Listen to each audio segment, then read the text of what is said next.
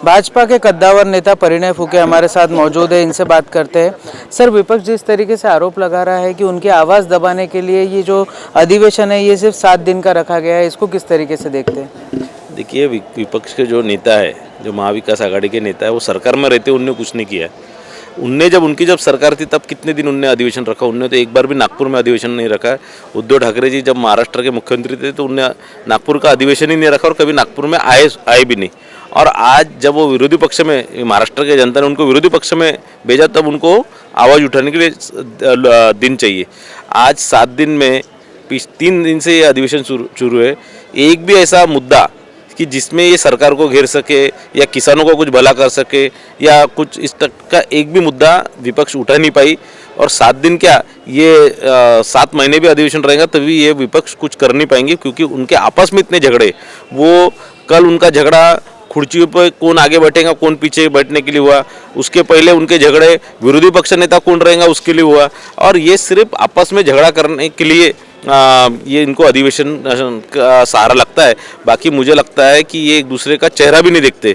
तो मुझे ऐसा लगता है कि इनको 7 दिन और ये कुछ तो भी बहाना बना के कि जनता को बताने का, जनता की दिशा भूल करने का प्रयत्न कर रहे हैं कि हम यहाँ के कुछ उनके भले के लिए बात करते। ये खुद के भले की और खुद के झगड़े के लिए ये अधिवेशन में आते। ये सरकार पे कभी बोलने का, और आप मुझे बताएं कि पिछले 3 दिनों से ये कुछ एक भी विषय सरकार के विरोध में बोल सकेंगे।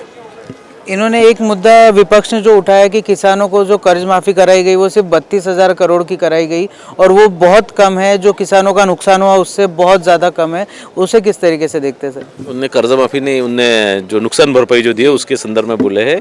तो ये 2.5 साल जब सरकार में थे या उसके पहले 2014 के पहले पिछले 15 साल इनकी सरकार थी, तब इनने कितना नुकसान भरपाई दिए थे उसके भी आंकड़ेवारी ये लोगों ने एक बार चेक करना चाहिए।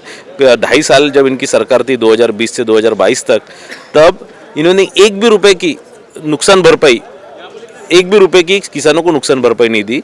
और आज जब हमारी सरकार है 32,000 करोड़ की नुकसान भरपाई हमारी सरकार ने दिया है और इस पे उंगली उठा रहे। इनको कोई भी नैतिक अधिकार नहीं है सरकार पे उंगली उठाने का।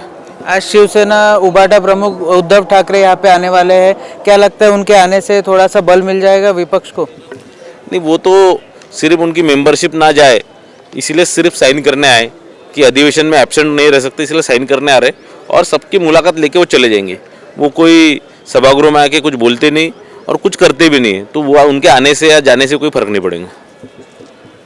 तो ये थे महाराष्ट्र के कद्दावर नेता परिणय फुके, जो कि बात कर रहे थे कि विपक्ष के पास अभी मुद्दा ज़्यादा बचा नहीं है, इस वजह से विपक्ष ये 7 दिन का जो अधिवेशन है उसमें तक मुद्दे नहीं उठा पा रहा है।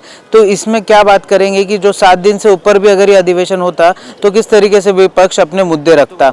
दूसरी बात उन्होंने कही कि उद्धव ठाकरे आज जो आ रहे हैं वो सिर्फ साइन करने आ रहे हैं ताकि उनकी मेंबरशिप बरकरार रहे, इसके अलावा सदन में उनका कोई काम नहीं है। सभागृह में उद्धव ठाकरे ना कुछ बोलते हैं, ना अपने मुद्दे रखते हैं, ना जनता के मुद्दे रखते हैं।